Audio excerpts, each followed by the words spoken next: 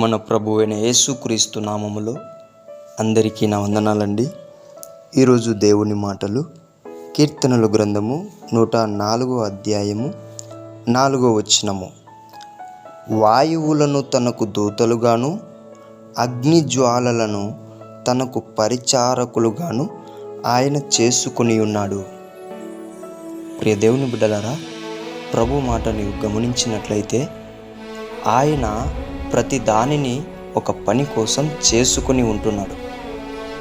ప్రభు సెలవిస్తున్న మాట ఏమిటంటే, ఈ దినమున నిన్ను కూడా ఆయన ఒక పని నిమిత్తమై చేసుకొని ఉన్నాడు.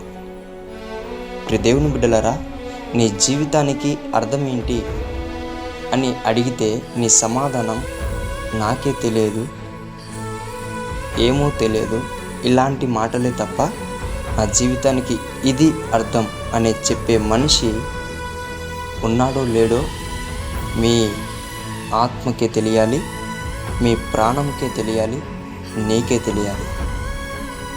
దేవుని బిడ్డ, ఒక్కసారి గమనించు. మనం పుట్టామంటే, ఈరోజు తింటున్నామంటే, ఈరోజు బ్రతుకుతున్నామంటే, ఈరోజు ప్రాణాలతో ఉంటున్నామంటే మన మీద ఒక ప్రణాళిక కలిగి ఉన్నాడు. ఈ సృష్టి మీద ఎలాగైతే ఆయన ప్రణాళిక కలిగి ఉన్నాడో, ఈ జంతువుల మీద అయితే ఎలా ప్రణాళిక కలిగి ఉన్నాడో, ఈ వాయుమండలాల మీద, ఈ అగ్ని జ్వాలల మీద ఎలా అయితే ప్రణాళిక కలిగి ఉంటున్నాడో, ఈ సేవకుల పట్ల, ఈ దూతల పట్ల ఎలాగైతే ప్రణాళిక కలిగి ఉన్నాడో, నీ మీద కూడా ఒక ప్రణాళిక కలిగి ఉన్నాడు. ప్రియ దేవుని బిడ్డ, నీవు అది కనుగొనాలి. ఈ ఆదివార కాల సమయంలో ఆరాధనలో నీవు దేవుణ్ణి అడుగు. ఖచ్చితంగా దేవునితో మాట్లాడతాడు.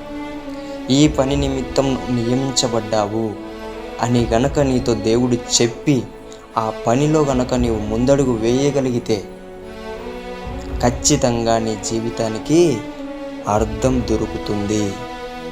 ఎందుకు పుట్టావో తెలియదు, ఎందుకు మరణిస్తున్నామో తెలియదని మరణించకూడదు. మన జీవితానికి ఇది అర్థమని అందరికీ తెలియజేసి మరణించాలి. అలాంటి దేవుని బిడ్డలుగా జీవించాలని దేవుని పేట మనవి చేసుకుంటున్నానండి. ప్రతి ఒక్కరూ కూడా దేవుడు చెప్పిన మాట ఏంటండి, మనము ఆయనకు ఏ పని మీద నియమించబడ్డాం అది కనుగొనాల. మన పనులన్నీ ఉంటాయి. ఆ పనులలోనే దేవుడు మనకు ఎలాంటి పని నియమించాడో తెలియజేస్తాడు.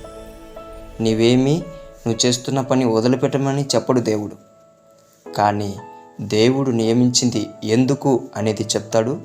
ఆ పని చేసుకుంటూ దేవుని ప్రణాళిక నువ్వు గుర్తెరిగి తెలుసుకొని ఆ ప్రణాళిక ప్రకారం నీ జీవితాన్ని కొనసాగిస్తే నీ జీవితానికి అర్థం ఉంటుంది. నీ జీవితం పట్ల దేవుని మహిమ పొందుతాడు. నీ జీవితం చాలామందికి ఆదర్శంగా మారుతుంది. దేవుని బిడ్డలారా, ప్రతి ఒక్కరూ ఆయన ప్రణాళికను తెలుసుకొని ఆ ప్రకారం జీవించాలని దేవుని పేట మనవి చేసుకుంటున్నానండి. దేవుడి మాటను దీవించునుగాక. ప్రార్థించుకుందాం. యేసయ్య సర్వోన్నతుడా, మీకు వందనాలు నాయనా. అగ్ని జ్వాలలను, వాయువులను, దూతలను, సేవకులను, సృష్టిని, జంతువులను, పక్షులను, అనేక రకములు మనకు కనిపిస్తున్నవన్నీ కూడా ప్రభువా నీ పని నిమిత్తం నువ్వు చేసుకొని ఉంటున్నావు ప్రభా. ఈరోజు మేము కూడా నీకు కనిపిస్తున్నాం, మేము కూడా ఉంటున్నామంటే నీ కోసం చేసుకొని ఉంటున్నామని మేము నమ్ముచున్నాము. మేము ఏ ప్రణాళిక కలిగి ఉంటున్నామో నానా, అది కాకుండా నీవు కలిగి ఉన్న ప్రణాళిక చొప్పున మా జీవితాలను నడిపించమని, ఏ ప్రణాళిక మా పట్ల కలిగి ఉన్నావో అది తెలియజేసి మమ్మల్ని నడిపించాలని యేసుక్రీస్తు నామములో ప్రార్థిస్తున్నాము తండ్రి. ఆమేన్.